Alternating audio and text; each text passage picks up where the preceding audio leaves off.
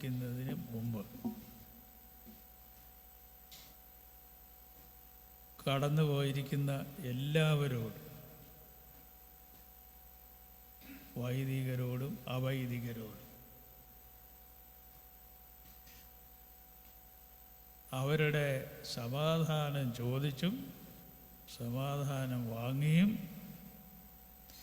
പരസ്പരം പ്രാർത്ഥനയിൽ നമ്മൾ ഒന്നാണ് എന്ന് പ്രഖ്യാപിച്ചുകൊണ്ടും വലിയ ഒരു ആത്മീക പാഠശാലയും ആത്മനിയന്ത്രണ പരിശീലന കാലഘട്ടവും ആയ വലിയ നോമ്പ് എന്ന കാര്യത്തിലേക്ക് വളരെ വിനയപൂർവ്വം പ്രവേശിക്കുകയും ചെയ്യും.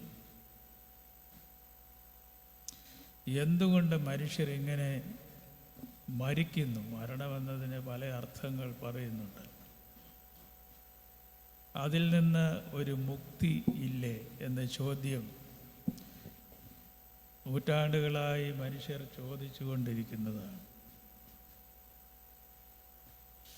ബൈബിളിലും കാണാം അതിൻ്റെ ധ്വനി. യോബിൻ്റെ പുസ്തകത്തിലുണ്ട്, മനുഷ്യർ മരിച്ചാൽ ജീവിക്കുമോ? അത് വലിയൊരു ധ്വനിയാണ്, ബൈബിൾ മുഴുവൻ മുഴങ്ങുന്നതാണ്. ഈ വലിയ പ്രഹേളികയുടെ മുമ്പിലാണ് മനുഷ്യർ പകച്ചു നിൽക്കുകയും അവരുടെ ചിന്ത പ്രയോഗിക്കുകയും ചെയ്ത് പുരാണങ്ങളിലൊക്കെ ഉള്ളതുപോലെ മനുഷ്യൻ മരിക്കാതിരിക്കാൻ എന്തെങ്കിലും ഔഷധമുണ്ടോ എന്ന് തേടിക്കൊണ്ടിരുന്നത്. അമൃതം എന്നോ മൃതസഞ്ജീവനി എന്നൊക്കെ പറയുന്നത് ഇങ്ങനെയുള്ള ഒരു അന്വേഷണത്തിൻ്റെ ഫലമായുള്ള ചിന്തയുടെ ഭാഗമാണ്. അതുകൊണ്ട് ഇതെന്ത് മനുഷ്യരുടെ മനസ്സിൽ ആദ്യം മുതലേ ഉള്ളതാണ്.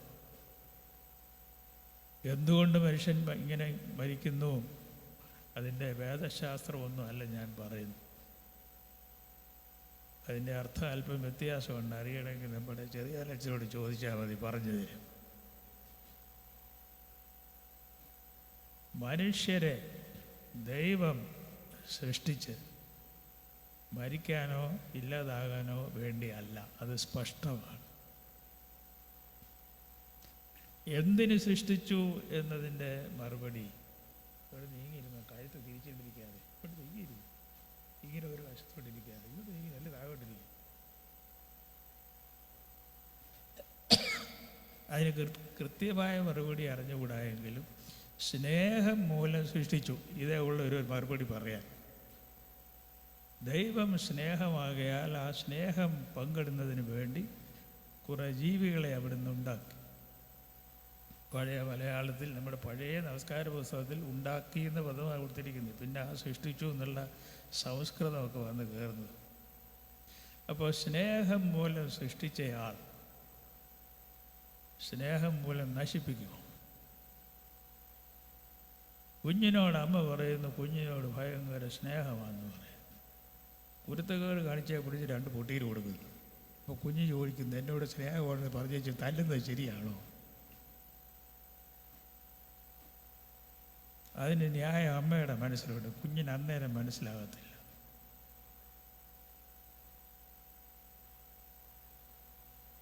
എന്നാൽ മനുഷ്യരിങ്ങനെ മരണാധീനരായി, ഇന്നത്തെ ഭാഷയിൽ ദൈവത്തിൽ നകന്നു പോകുന്ന മരണം എന്നുള്ളത് വേദശാസ്ത്രപരമായ അർത്ഥം. ശരീരം വേർപെടുന്ന കാര്യത്തെക്കുറിച്ചാണ് ഇപ്പോൾ ഞാൻ പറയുന്നത്. അങ്ങനെ ഒരു ദുഃഖപര്യവസായിയായ കാര്യം ഉണ്ടായതിനെക്കുറിച്ച് ഒരിക്കലും ദൈവത്തിന് സന്തോഷമുണ്ടാകുകയില്ല. വൈദികരുടെ ശവസംസ്കാര ക്രമത്തിലുണ്ട്, ദുഃഖിതനായ സൃഷ്ടാവ് ചോദിച്ചു, നീ എന്താ ഈ മണ്ടത്തരം കാണിച്ചത്? അതുകൊണ്ട് നിനക്ക് ഇന്ന വിധി. ഇത് കൃത്യമായിട്ട് വൈദികരുടെ സംസ്കാര ശുശ്രൂഷയിലുള്ളതാണ്. കാഹനത്തായി ദുഃഖിതനാം സൃഷ്ടാവ് ഓതി എന്ന് പറഞ്ഞ് ചൊല്ലുന്നുണ്ട്. അപ്പോൾ സന്തോഷമായിട്ട് ദുഃഖത്തോടെയാണ് സൃഷ്ടാവ് ഇങ്ങനെ സംഭവിച്ചല്ലോ, നിനക്ക് നൽകിയ സ്വാതന്ത്ര്യത്തെ ദുരുപയോഗം ചെയ്തതിനെക്കുറിച്ചുള്ള വാണിംഗ് തന്നെ നീ അത് ഗൗനിച്ചില്ല. ആദ്യം സ്ത്രീ അനുസരണക്കേട് കാണിച്ചെന്നോ, പിന്നെ പുരുഷന് കൊടുത്ത ഏതായാലും ഞാനോ ചത്തു, ഇവനും ചാകട്ടെ എന്ന് വിചാരിച്ച് കൊടുത്തതാണെന്ന് നമുക്ക് അറിഞ്ഞുകൂടാ. ഏതായാലും രണ്ടുപേരും മരിച്ചു. ദുഃഖിതനായ സൃഷ്ടാവ് എന്തിനാ ദുഃഖിച്ചത്? മറ്റെല്ലാ സൃഷ്ടികളെക്കാളും ഉയർന്ന ഉന്നതമായ ദൈവത്തെക്കാൾ അല്പം മാത്രം താഴ്ത്തി എന്ന് ബൈബിൾ പറയുന്ന വലിയ ഉന്നത സ്ഥിതിയിൽ സൃഷ്ടിക്കപ്പെട്ട മനുഷ്യൻ ഈ ദുർഗതി വന്നു. അതിനെക്കുറിച്ച് ദൈവം പോലും ദുഃഖിച്ചു പോകുന്ന മനുഷ്യൻ്റെ ഭാഷയിൽ നമ്മൾ പറഞ്ഞു. ദൈവത്തിന് ദുഃഖമോ വികാരഭേദമൊന്നും ഉള്ള ആളല്ല. ഭാരതത്തിലെ പുരാതനമായ കഥകളിൽ പുരാണ കഥകൾ ഒരുപാടുണ്ടല്ലോ. നമ്മൾ സ്കൂളിൽ ഇപ്പോൾ പണ്ടൊക്കെ ഇപ്പോൾ ഉണ്ടോയെന്നറിയാൻ പറ്റും. കുചേലൻ്റെ കഥ. വലിയ ഈശ്വരഭക്തനായിരുന്നു, പരമദരിദ്രനുമായി. ജീവിക്കാൻ മാർഗമില്ല. ഭാര്യ പറഞ്ഞു, നിങ്ങളെ കുത്തിയിരുന്ന് ജപിച്ചുകൊണ്ടിരുന്നാൽ പോയി വല്ലതും കിട്ടുമോയെന്ന് ഈശ്വരനോട് ചോദിക്കുക. അദ്ദേഹം പോയി, കുടയും എടുത്തുകൊണ്ട് പോയി. ചെന്നപ്പോൾ ഇവനെ കെട്ടിപ്പിടിച്ചു ഈശ്വരൻ എന്നവർ പറയുന്നയാൾ. എന്നിട്ട് ഒരു കൈ കൊണ്ട് അനുഗ്രഹിച്ചു എന്നൊരു കഥയുണ്ട്. അപ്പോൾ മറ്റേ കൈ കരയുകയായിരുന്നു എന്നാണ്. വലത്തെ കൈ ഇയാളുടെ തലയിൽ വെച്ച് അനുഗ്രഹിച്ചപ്പോൾ എവിടെ മറ്റേ കൈ കരയുകയായിരുന്നു എന്ന് പറഞ്ഞാൽ ഇവൻ്റെ ദുസ്ഥിതി കണ്ട് കരയുകയും അവനെ കരകയറ്റാനുള്ള അനുഗ്രഹം ഇതെല്ലായിടത്തും ഉണ്ട്. ഇപ്പോൾ ദുഃഖിതനായ സൃഷ്ടാവ് അവനെക്കുറിച്ച് കരയുക മാത്രമല്ല, അതിനെന്തെങ്കിലും പോകാൻ വഴി ഉണ്ടാകുന്ന അദ്ദേഹത്തിന് മാത്രമേ അറിയത്തുള്ളൂ. സൃഷ്ടിച്ചവന് മാത്രമേ രക്ഷിക്കാനും സാധ്യമാകുകയുള്ളൂ. അത് സാധാരണ പ്രമാണമാണ്. അപ്പം അതിനുള്ള വഴി അദ്ദേഹം കണ്ടുപിടിച്ചു. സൂചനകളും ശക്തമായ സൂചനകളും നൽകിയെന്നാണ് ബൈബിൾ പറയുന്നത്. അതിനൊരു സ്ത്രീയുടെ കാര്യം പറയുന്നുണ്ട്. സ്ത്രീയുടെ സന്തതി എന്നൊക്കെ പറഞ്ഞതെല്ലാം ഉൽപ്പത്തിയിലുണ്ടല്ലോ. എന്നാൽ നൂറ്റാണ്ടുകളോടും അതിനുവേണ്ടി കാത്തിരുന്നു. എന്ന് പറഞ്ഞാൽ എന്തിനാണ് കാത്തിരിക്കുന്നത്? പെട്ടെന്നൊക്കെ ചെയ്തുകൂടായിരുന്നു. അല്ല, ഈ ജനസഞ്ചയത്തെ, മനുഷ്യ സമൂഹത്തെ, സമാജത്തെ ഒരുക്കുകയായിരുന്നു.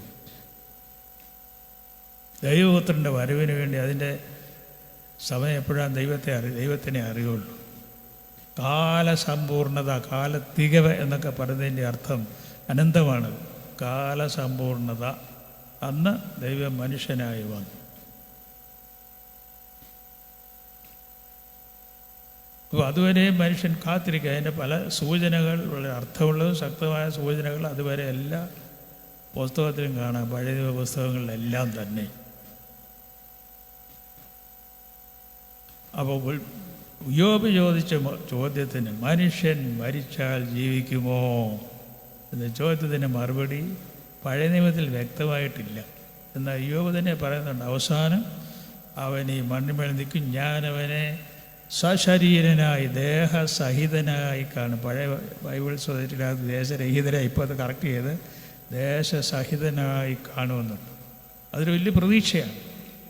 ഇപ്പോൾ ഈ ശരീരമെല്ലാം പോയി, പക്ഷേ ഒരു നാൾ വരും, അന്ന് ഞാൻ ഈ മണ്ണിൽ നിന്നുകൊണ്ട് അവനെ കാണും, എൻ്റെ കണ്ണുകൊണ്ട് കാണും. എൻ്റെ ശരീരം എന്ന് പറഞ്ഞാൽ വീണ്ടും ശരീരം തിരിച്ചു കിട്ടുമെന്നായി പറയുന്നത്. സശരീരനായി അവനെ ഞാൻ കാണും. ഇത്രയും ശക്തമായൊരു പ്രതീക്ഷ വേറെ എങ്ങും പറയാനില്ല പഴയ നിയമത്തിൽ. യോബിൻ്റെ ദുർഘടങ്ങളുടെ ആഴിയിൽ നിന്നുകൊണ്ടും അദ്ദേഹത്തിൻ്റെ സഹനത്തിൻ്റെ കൊടുമുടിയിൽ നിന്നുകൊണ്ടാണ് അദ്ദേഹം ഈ വലിയ വേദശാസ്ത്രം പറയുന്നത്. നമ്മൾ തന്നെ അന്തിച്ചു പോകും. ആടിനെ മേയിച്ച് നടക്കുന്നവരാണ് അബ്രഹാമും ഇസ്ഹാക്കും ഒക്കെ. അവർക്ക് സ്കൂളും യൂണിവേഴ്സിറ്റിയും ന്യൂജെന്നും ഒന്നുമില്ല. പക്ഷേ ഫറവോയുടെ അടുത്ത് നിന്ന് ചോദിച്ചു, എത്ര വയസ്സായി? ഇപ്പോൾ ഈ വല്യപ്പുരക്കൽ ഒരു പഴയ കമ്പൊക്കെ കുത്തി നിൽക്കുക. ഫറവോ ചോദിച്ചു, ഹൗ ഓൾഡ് ആർ യു എന്നാ മറുപടി പറഞ്ഞത്. സെമിനാരിക്കാർ തോറ്റു. എൻ്റെ പരദേശവാസത്തിന് 130 വർഷമായി. ഇതിൻ്റെ അപ്പുറത്തൊരു തിയോളജി ഉണ്ടോ? എനിക്കിത്ര വയസ്സായെന്നല്ല പറയുന്നത്, ഞാൻ പരദേശിയാണ് ഇവിടെ. എൻ്റെ പിതാമഹൻ ആരാമ്യൻ പരദേശി എന്ന് പറയുന്നത് പോലെ ഞാൻ ഈ ഭൂമിയിൽ പരദേശിയാണ്. എന്തോന്ന് അറിവായത്? കുന്നംകുളം ഭാഷയിൽ എന്തൂട്ടാ?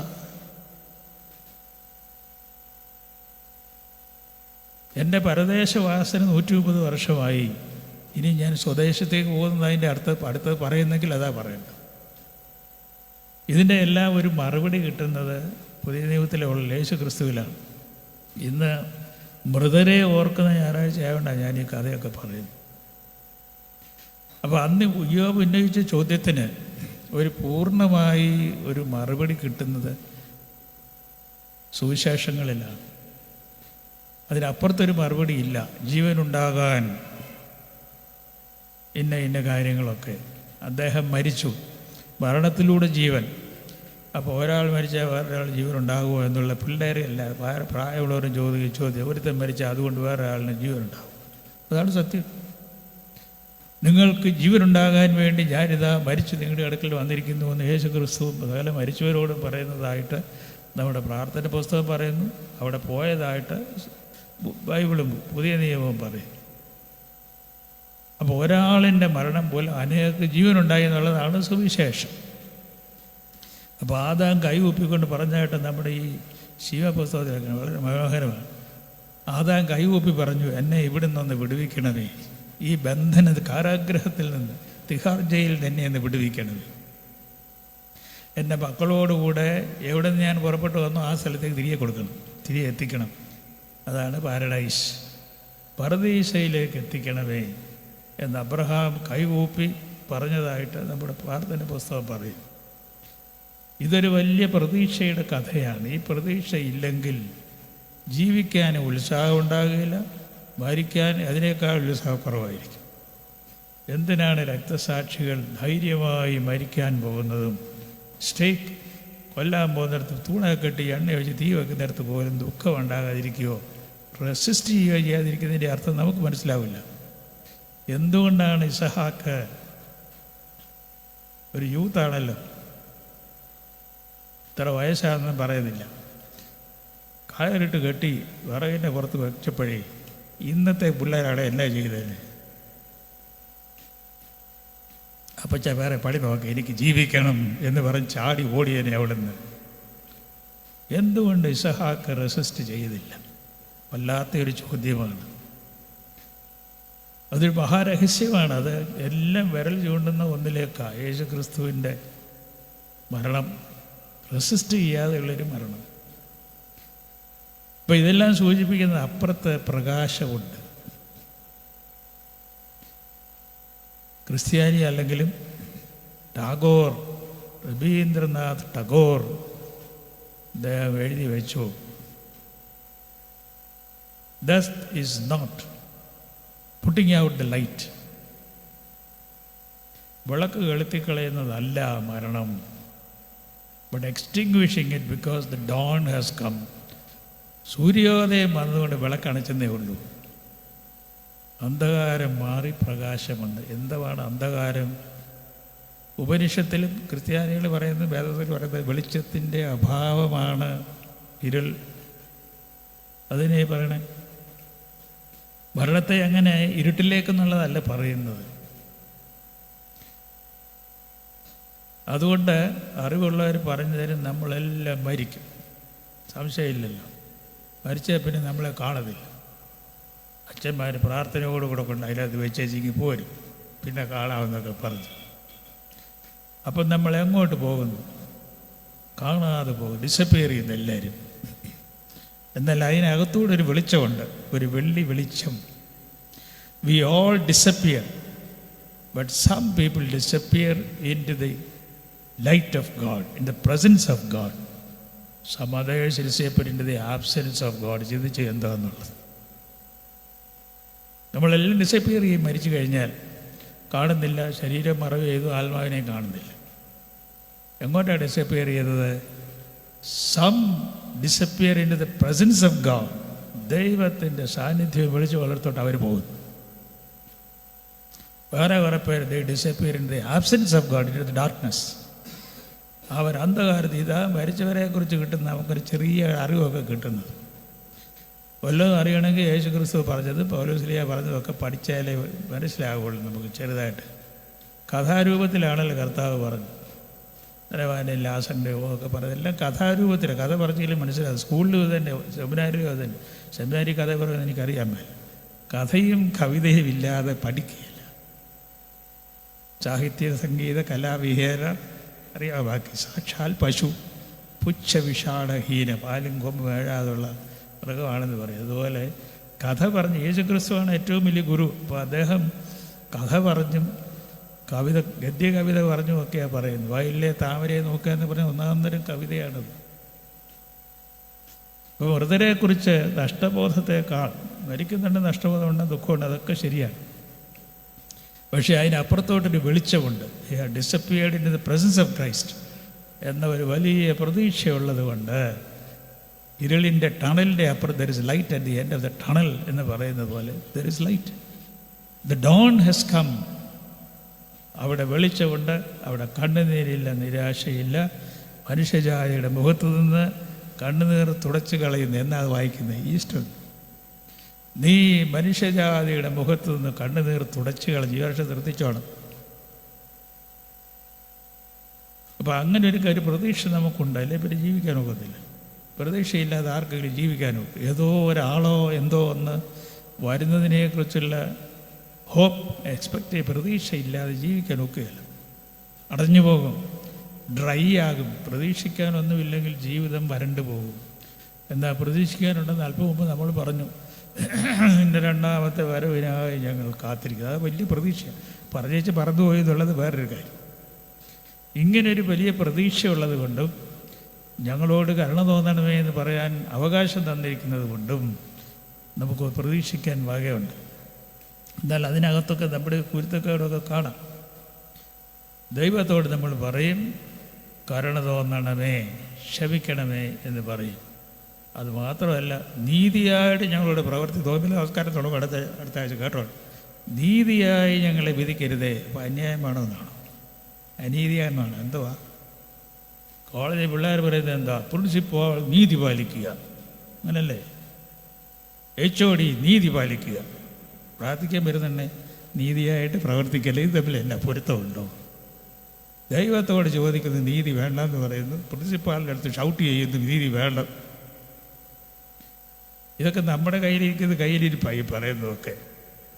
പക്ഷേ ദൈവം നീതിമാനാണ്. അതേ സമയവും സ്നേഹവും ഉണ്ടല്ലോ. സ്നേഹം കൈവിടാതെ വിധിക്കണമേ എന്ന് പറയാൻ കുഴപ്പമൊന്നുമില്ല. എന്തും മനസ്സിലുള്ളവനാണ് ദൈവം. സ്നേഹസ്വരൂപൻ, കാരുണ്യവാനാണ് ദൈവം.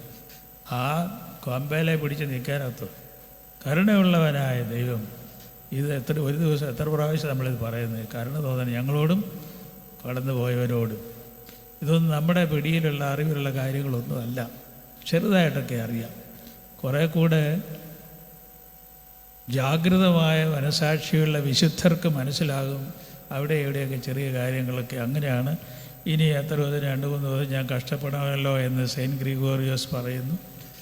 കാലിൻ്റെ തള്ളകാരുടെ കട്ടലിൻ്റെ കാലെ തട്ടി ഷുഗറായിരിക്കുന്ന ആളെ അവിടെ ഭയങ്കരമായിട്ട് വേദനിച്ചു ക്യൂറീസ് ചെയ്തപ്പോൾ. അപ്പോൾ ഡോക്ടർ പൗലോസിനോട് പറഞ്ഞു. പൗലോസ് പറഞ്ഞാൽ ശരിയായിക്കൊള്ളത്, തനിക്ക് എന്നെ അറിയാം മണ്ടൻ, ഇതെന്നെ കൊണ്ടുപോകാൻ വന്നതാണ്. ഇന്നലെ വൈകിട്ട് എനിക്കൊരു സ്വപ്നമുണ്ടായി. കന്യാസ്ത്രീ പറഞ്ഞു, മോനെ ഒരുങ്ങിക്കോ പോകാൻ. ഇതൊരു പ്രത്യേക അറിവാണിത്. ഇതെല്ലാവർക്കും കിട്ടുന്നതല്ല. അപ്പോൾ ഇങ്ങനെയുള്ള ചില അറിവുകൾ ചിലർക്കൊക്കെ കിട്ടും. നമുക്കത് പങ്കുവയ്ക്കുകയും ചെയ്യും. അതുകൊണ്ട് നമ്മളെക്കുറിച്ചോ കടന്നുപോയവരെക്കുറിച്ചോ ഉള്ള ഒരു വലിയ പ്രതീക്ഷ വേണം നമുക്ക്. സങ്കടം ഉണ്ടാകും, അതൊക്കെ ശരിയാണ്.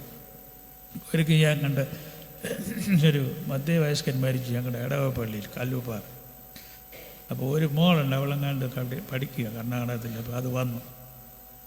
അപ്പൻ ഇവരെ പഠിപ്പിച്ചുകൊണ്ടിരുന്ന വലിയ പണമുള്ള വീടൊന്നുമല്ല. അപ്പോൾ ഇതിന് വലിയ വിഭ്രാന്തി ആയിപ്പോയി. അപ്പന് പെട്ടെന്ന് ഇങ്ങനെ ഷോക്കായി പോയിട്ട് ഇടയ്ക്ക് നിലവിളിച്ച് പിന്നെ നിലവിളിക്കാതെ ഇരിക്കും. ഈ ഡെഡ് ബോഡി അടച്ച് കുഴിയിലോട്ട് ഇറക്കുന്നുണ്ടെങ്കിൽ ആ പെണ്ണ് അവിടെ വന്നുകൊണ്ട് പറയാം, മോളെ എത്ര മനോഹരമായിരിക്കുന്നു. സമനില തെറ്റിയാണ് പറയുന്നത്, പക്ഷേ അത് സത്യമാണ് പറയുന്നത്. എത്ര മനോഹരമായിരിക്കുന്നു എന്ന് അടുത്ത് ഇന്ന് ഞാൻ കേട്ടതാ. അപ്പം നമുക്ക് ചിലപ്പോൾ ഇതുപോലെ സമനില തെറ്റും. പെട്ടെന്നുണ്ട് ആഘാതം മൂലം ഇങ്ങനെയൊക്കെ സംഭവിക്കാം. പക്ഷേ അതിനപ്പുറത്ത് വെളിച്ചമുണ്ട്. ഞാനുണ്ട് കൂടെ എന്ന് പറയുന്ന ഒരാളുണ്ടല്ലോ എന്നാ നമ്മൾ പഠിച്ചിരിക്കുന്നത്. അത് വേണം. അതുകൊണ്ട് ഈ കാര്യങ്ങൾ ഓർത്തുകൊണ്ട് വേണം നമ്മൾ ഇന്ന് പരേതരുടെ കുഴിമാടത്തിൽ, അവരടുത്ത് തന്നെ ഉണ്ടെന്നല്ലേ, പഴയ പള്ളിയുടെ കിഴക്ക് വശത്താണ് സെമിത്തേരി. എല്ലായിടത്തും ഇപ്പോൾ അത് സെമിത്തേരിയേ ഇല്ല കേരളത്തിൽ. ഇപ്പോൾ അവിടെ നമ്മൾ പോയിട്ട് കിഴക്ക് വശത്ത് മുമ്പിൽ പോകുന്നവരാണ് അവർ. നമുക്ക് മുമ്പേ ഉള്ളതെന്ന് അർത്ഥം കിഴക്ക് വശത്ത്. പുരോഹിതൻ എന്ന് പറഞ്ഞാൽ എന്നാ? പുരോഹിതൻ പറഞ്ഞാൽ മുമ്പ് നിൽക്കുന്നവരെന്ന് മാത്രമല്ല, നേരത്തെ എല്ലാവരെക്കാളും മുമ്പേ ഈശ്വരഹിതം അറിയുന്നവൻ എന്നാണ് പുരോഹിതൻ എന്ന് പറഞ്ഞ് സെമിനാരി പാനുള്ളവരൊക്കെ പഠിച്ചു വെച്ചോളൂ. പുരോഹിതൻ എന്ന് പറഞ്ഞാൽ മുന്നമേ ഈശ്വരഹിതം അറിയുന്നവൻ. അതാ പുരോഭാഗം കിഴക്ക്, മുമ്പിൽ ഒന്നാമത് ഹിതൻ. ഇപ്പം നമ്മുടെ കടന്നുപോയവരെക്കുറിച്ച് വൈദികരോ അവൈദികരോ ആരും ആവട്ടെ, അവരെക്കുറിച്ചുള്ള നമ്മൾ അറിവ് ഇതിലൊക്കെ തട്ടിയ മുട്ടിയാണ് പോകുന്നത്. നമുക്ക് പൂർണ്ണമായിട്ട് അറിയില്ല. അതുകൊണ്ട് അവിടെ ധൂപം വെക്കാൻ പോകുമ്പോൾ ഇതൊക്കെ ഓർത്തോണം. അവരടുത്തുണ്ട്, അവരുടെ കൂടെ നിന്ന് വിശുദ്ധ ബലിയായാലും ഏത് പ്രാർത്ഥനയായാലും അവരുടെ കൂടെ ഇന്ന് നമ്മൾ മരിച്ചവരോട് സംസാരിക്കുന്ന ദിവസമാണ് ഇന്ന് കൂടുതൽ. എന്താ പ്രമേയം വായിച്ചാൽ മുഴുവൻ വായിച്ച ഒരു അരമണിക്കൂർ എടുക്കും. അതുകൊണ്ട് കട്ട് ചെയ്ത് കുറേ പേര് ദാനിയേൽ വരുന്നു, മോശ വരുന്നു പറഞ്ഞിട്ടുണ്ട്, ഞാൻ വിട്ടു. പക്ഷേ നമ്മൾ ഒന്നാണെന്ന് ഒരു സ്ഥലത്തുണ്ടെന്നുള്ള അറിവ് നമുക്കും അവർക്കും ധൈര്യം തരുന്നതാണ്. രണ്ട് കൂട്ടരും യേശുക്രിസ്തുവിനെ കാത്ത് ഇരു ഭാഗങ്ങളുടെയും ഉടയവൻ എന്ന് പറഞ്ഞാൽ എന്നാ? ഇരു ഭാഗങ്ങളുടെയും യജമാനനായ യേശുക്രിസ്തു എന്ന് പറഞ്ഞ് ജീവിച്ചിരിക്കുന്നവരും കടന്നുപോയവരും. അതോടൊപ്പമാണ് ഇന്ന് നമ്മൾ യാക്കോബ് ശ്ലീഹായുടെ നാമത്തിലുള്ള ഈ പള്ളിയിൽ പെരുന്നാൾ, അദ്ദേഹത്തിൻ്റെ പെരുന്നാളാണെന്നാണ് വികാരിയച്ഛൻ പറഞ്ഞത്. സെൻറ്റ് ജെയിംസിൻ്റെ പെരുന്നാൾ. ഇന്നലെ ചെറുതായിട്ടൊക്കെ ഞാൻ പറഞ്ഞായിരുന്നു ജെയിംസ് ആരാണെന്നൊക്കെ പറഞ്ഞ് കേട്ടോ. ഉറങ്ങിപ്പോയോ എന്നറിയാൻ മേല.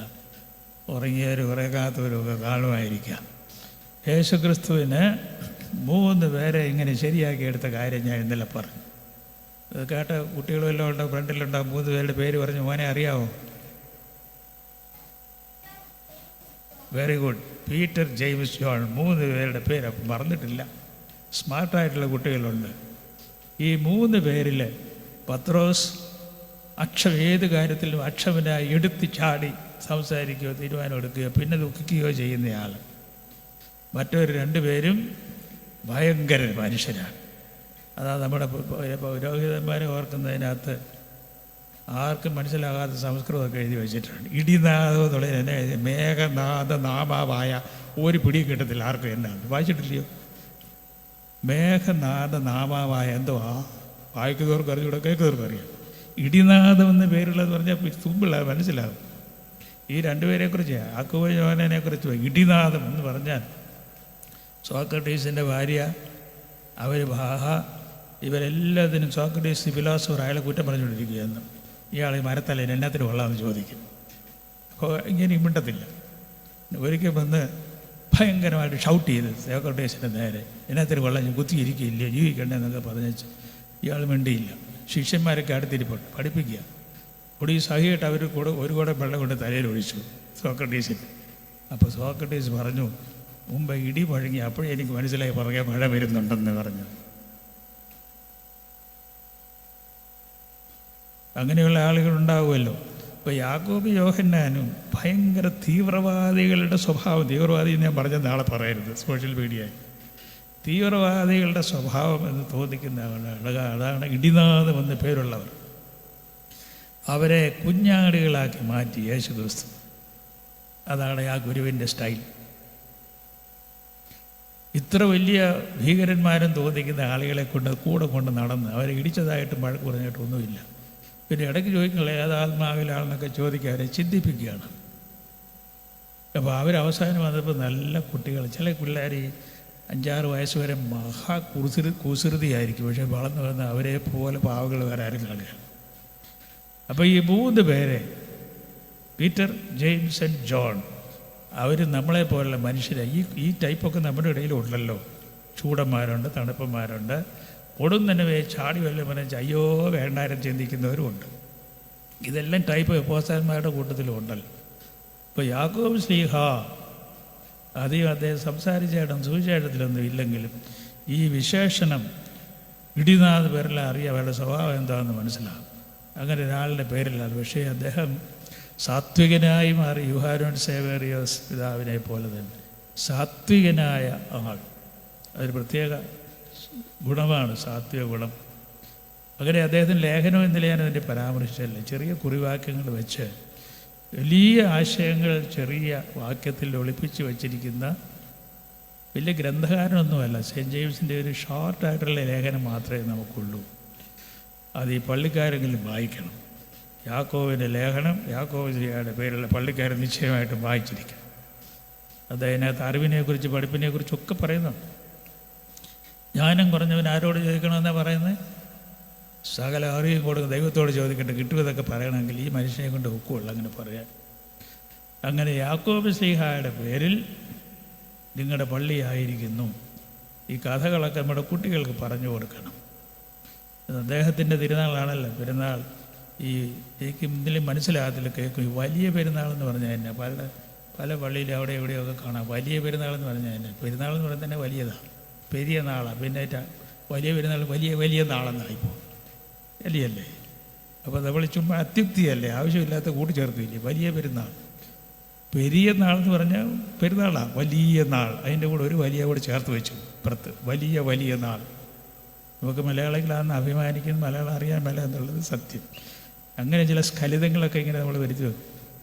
ആയിക്കോട്ടെ, എങ്കിലും ഈ തിരുനാൾ എന്തിനു നടന്നു ഓർക്കണം. ഈ ശിഷ്യന്മാർ 12 പേരെ യേശു ക്രിസ്തു കൊണ്ട് നടന്നു. നല്ല ഗുരുക്കന്മാർ ചിലപ്പോൾ ഒന്നും പറയത്തില്ല. അവരുടെ ശരീരഭാഷയും അവർ നൽകുന്ന ഉപദേശമോ ശകാരമോ ഒക്കെ കേട്ടങ്ങ് പഠിക്കുകയാണ്. അവരെ ഇരുത്തി പഠിപ്പിക്കുകയൊന്നും അല്ലായിരിക്കും. നടന്നു പോകുന്ന വഴി സംസാരിക്കും. അപ്പോൾ ശിഷ്യന്മാർ പുറകെ നടന്ന് കേൾക്കും. അതാണ് ഉപനിഷത്ത് എന്ന് പറഞ്ഞാൽ എന്താ? അടുത്തിരിക്കുക എന്നർത്ഥം. അടുത്തിരിക്കുക. അങ്ങനെ അടുത്തിരിക്കുകയും കൂടെ നടക്കുകയൊക്കെ ചെയ്താൽ പഠിക്കുന്നു. അതിന് ഭാഗ്യമുണ്ടായ ഒരാളാണ് സെൻറ്റ് ജെയിംസ്, രക്തസാക്ഷിയായിട്ട് മരിച്ചയാൾ. നമ്മുടെ പിതാവായ തോമസ് അപ്പോസ്തലൻ ഇതിലെ കൊച്ചച്ചൻ പറഞ്ഞ പോലെ രക്തസാക്ഷിയായിട്ട് മരിച്ചു. അവനോട് മരിക്കേണ്ടത് പോകാം എന്ന് പറയാനുള്ള ധൈര്യം കാട്ടിയ ആളാണ്. ശിഷ്യന്മാരുടെ കൂട്ടത്തിൽ വളരെ ഇടിമക്കളെയൊക്കെ മാറ്റി വെച്ചാൽ ധൈര്യശാലിയായ ആളായിരുന്നു സെൻറ്റ് തോമസ്. എന്തുവാ തെളിവെന്നാ? സെൻറ്റ് തോമസിനും സെയിൻറ്റ് മേരിക്കും ഭയങ്കര ധൈര്യമായിരുന്നു. ഞാൻ പറഞ്ഞാൽ നിഷേധിക്കാമോ? What is the evidence? Saint Thomas പറയുന്നു, അവനോട് മരിക്കേണ്ടതിന് പോകാമെന്ന് മാത്രമല്ല, യേശു ക്രിസ്തുവിൻ്റെ പുനരുദ്ധാന ശേഷം മറ്റ് ശിഷ്യന്മാർ 10 പേരും മുറിയിൽ അടച്ചിരിക്കുന്നു. സെൻറ്റ് തോമസിനെ കാണാനില്ല. ബാക്കി 207 307 മറന്നേച്ച് ചിന്തിക്കുക, അദ്ദേഹം എവിടെ പോയി കാണും? പിന്നെ അദ്ദേഹത്തിന് അനാവശ്യമാക്കിയാൽ അദ്ദേഹത്തിന് അത് കിട്ടിയില്ല. ഇത്രയും ദൂരത്തിലേ ഉള്ളൂ. ഓരോരുത്തരെ പിടിച്ച് ഊതി എല്ലാവർക്കും കൂടെ ഊതി ഇതൊക്കെ പറയുന്നത് ശുദ്ധ അസംബന്ധമാണ്. അദ്ദേഹം എവിടെ പോയി കാണും? ഞാൻ ഊഹിക്കുന്നത് ധൈര്യശാലിയുടെ എന്ന് വരട്ടെന്ന് വിചാരിച്ചുകൊണ്ട് റോഡിലിറങ്ങി നടന്നു. അതിന് നട്ടലുണ്ടായിരുന്നു. അതുകൊണ്ട് യഹൂദഗോത്രക്കാരനല്ലേ, ജൂഡ, ലയൺ ഓഫ് ജൂഡ എന്ന് പറയുന്ന വലിയ ധൈര്യശാലിയായിരുന്നു. സെയിൻറ്റ് മേരി അങ്ങനെ തന്നെ. സെയിൻറ്റ് മേരി മാലാഖയോട് ചാലഞ്ച് ചെയ്തില്ലേ, ഇതെങ്ങനെ സംഭവിക്കാനായത്? അവിവാഹിതയായ ടീനേജറായ ഞാൻ മകനെ പ്രസവിക്കുന്നുണ്ടോ എന്ന് മാലാഖയോട് വെല്ലുവിളിക്കണമെങ്കിൽ എത്ര ധൈര്യശാലിയാണ് മറിയ. അല്ല ചുമ്മാ ഇങ്ങനെ മിണ്ടാതിരിക്കുന്ന ആളല്ല. ധർമ്മധൈര്യം മറിയാമിൽ നിറയെ കാണാം. അപ്പോൾ ഈ 2 പേരെക്കുറിച്ച് ഞാൻ പറഞ്ഞത് ചെറുപ്പക്കാർക്ക് വലിയ മാതൃകയാണ്. ഈ 2 പേര്, saint Thomas and saint Mary. യാക്കോബ് ശ്ലീഹായുടെ കാര്യം നിങ്ങൾ പഠിച്ചെടുത്തോണം. നിങ്ങളുടെ പരിശുദ്ധൻ ആരാ, മധ്യസ്ഥൻ ആരാന്ന് ചോദിച്ചാൽ യാക്കോബ് ശ്ലീഹ എന്തറിയാം? ഒന്നും അറിയാൻ മേല എന്ന് പറയുന്നത് ചെറുതായിട്ടൊക്കെ അറിഞ്ഞിരിക്കണം. എന്തുകൊണ്ടാണ് നിങ്ങളുടെ പള്ളിക്ക് യാക്കോബ് ശ്ലീഹായുടെ എന്ന് പറഞ്ഞ ഇവിടെയുള്ള തൃക്കോണമംഗലക്കാരെല്ലാം ചൂടന്മാരാന്നുള്ള അർത്ഥത്തിലല്ല. ചൂടൻ കുഞ്ഞാടായ കഥയാണ് യാക്കോബിൻ്റെ ജീവചരിത്രം. അതുകൊണ്ട് അദ്ദേഹത്തിൻ്റെ ഈ പുതിയ പള്ളിയൊക്കെ കൂതാശ ചെയ്ത് കഴിഞ്ഞു. അതിൽ സ്വർഗത്തിൽ സന്തോഷിക്കുന്ന ഒരാളുണ്ട്, യുഹാനൻ സേവരിയോസ് തിരുമേനി. അദ്ദേഹം ഉണ്ടായിരുന്ന അദ്ദേഹം കൂതാശ ചെയ്യുന്നുണ്ട്. അപ്പോൾ അദ്ദേഹവും സന്തോഷിക്കും. സേവരിയോസ് പിതാവ് നമ്മളൊക്കെ അറിയുന്നത് പോലെ ഒരു നിരൂപകനായിരുന്നു. വളരെ സൃഷ്ടിപരമായ നിരൂപണം നടത്തുന്നയാളായിരുന്നു. കേവലം ലൗകികമായ വിമർശനമൊന്നല്ല, നിരൂപകൻ ആയിരുന്നു. ഏതിനെയും വളർന്നു തൂക്കും, പക്ഷേ പറയത്തില്ലെന്ന് മാത്രമേ ഉള്ളൂ. ഒരു നിശബ്ദമായി ഇരുന്ന ഒരു ശാന്തനായ മനുഷ്യൻ. അപ്പോൾ അദ്ദേഹത്തിൻ്റെ ആത്മാവിനെ ഞങ്ങൾക്ക് അവിടെ ഫീൽ ചെയ്യാം. കൊരട്ടി അരമനയിൽ അല്ലെ അച്ഛൻ പറഞ്ഞതുപോലെ. അദ്ദേഹം ഇരുന്ന പഴയ ആ തടിക്കസേരയിലാണ് ഞാനും ഇരിക്കുന്നത്. അദ്ദേഹം ഉപയോഗിച്ച മേശയിലിരുന്ന ഞാനും അദ്ദേഹത്തെക്കുറിച്ച് എഴുതുന്നത്. അതുപോലെ വലിയ കാര്യമാണെന്ന് ഞാൻ കരുതുന്നു. കസേര മേശയൊന്നും മാറ്റിയിട്ടില്ല, എല്ലാം അവിടെ തന്നെ കിടപ്പണം. അപ്പോൾ ഇങ്ങനെയുള്ള ആചാര്യന്മാർ, അവർ പുരോഹിതന്മാരാണ്. മുമ്പിൽ യാത്ര ചെയ്യുന്നവരാണ്. അവർ നിത്യഗുരുക്കന്മാരാണ്, നക്ഷത്രങ്ങളാണ്. നീതിമാന്മാർ നക്ഷത്രങ്ങളെ പോലെ എന്ന് പറയുന്ന നക്ഷത്രങ്ങളാണ് അവർ. അതുകൊണ്ട് ഈ കൂട്ടരെ നമുക്ക് പിടിക്കുക. അവരായിരിക്കട്ടെ നമ്മുടെ മധ്യസ്ഥർ. ഇന്ന് ബ്രദന്മാരെ എല്ലാം ഓർക്കുന്നു. കുറേ കഴിയുമ്പോൾ നമ്മുടെ പിൻഗാമികൾ ഇതുപോലെ ഓർക്കും. അതുവരെ ലോകം ഉണ്ടെങ്കിൽ നമ്മുടെ പുറകെ വരുന്ന പുള്ളികളും നമ്മളെ ഇതുപോലെ ഓർത്ത് പറയും, അവരെല്ലാം പണ്ടേ കടന്നുപോയി, ഞങ്ങൾക്ക് അവരെ ഓർക്കാമെന്നൊക്കെ വരും. അതുകൊണ്ട് അവരെ ഓർത്ത് പ്രാർത്ഥിക്കാം. ദൈവം നമ്മളെയും നമ്മുടെ എല്ലാ പരേതരെയും ഓർത്ത് കരുണയോടെ അനുഗ്രഹിക്കാം.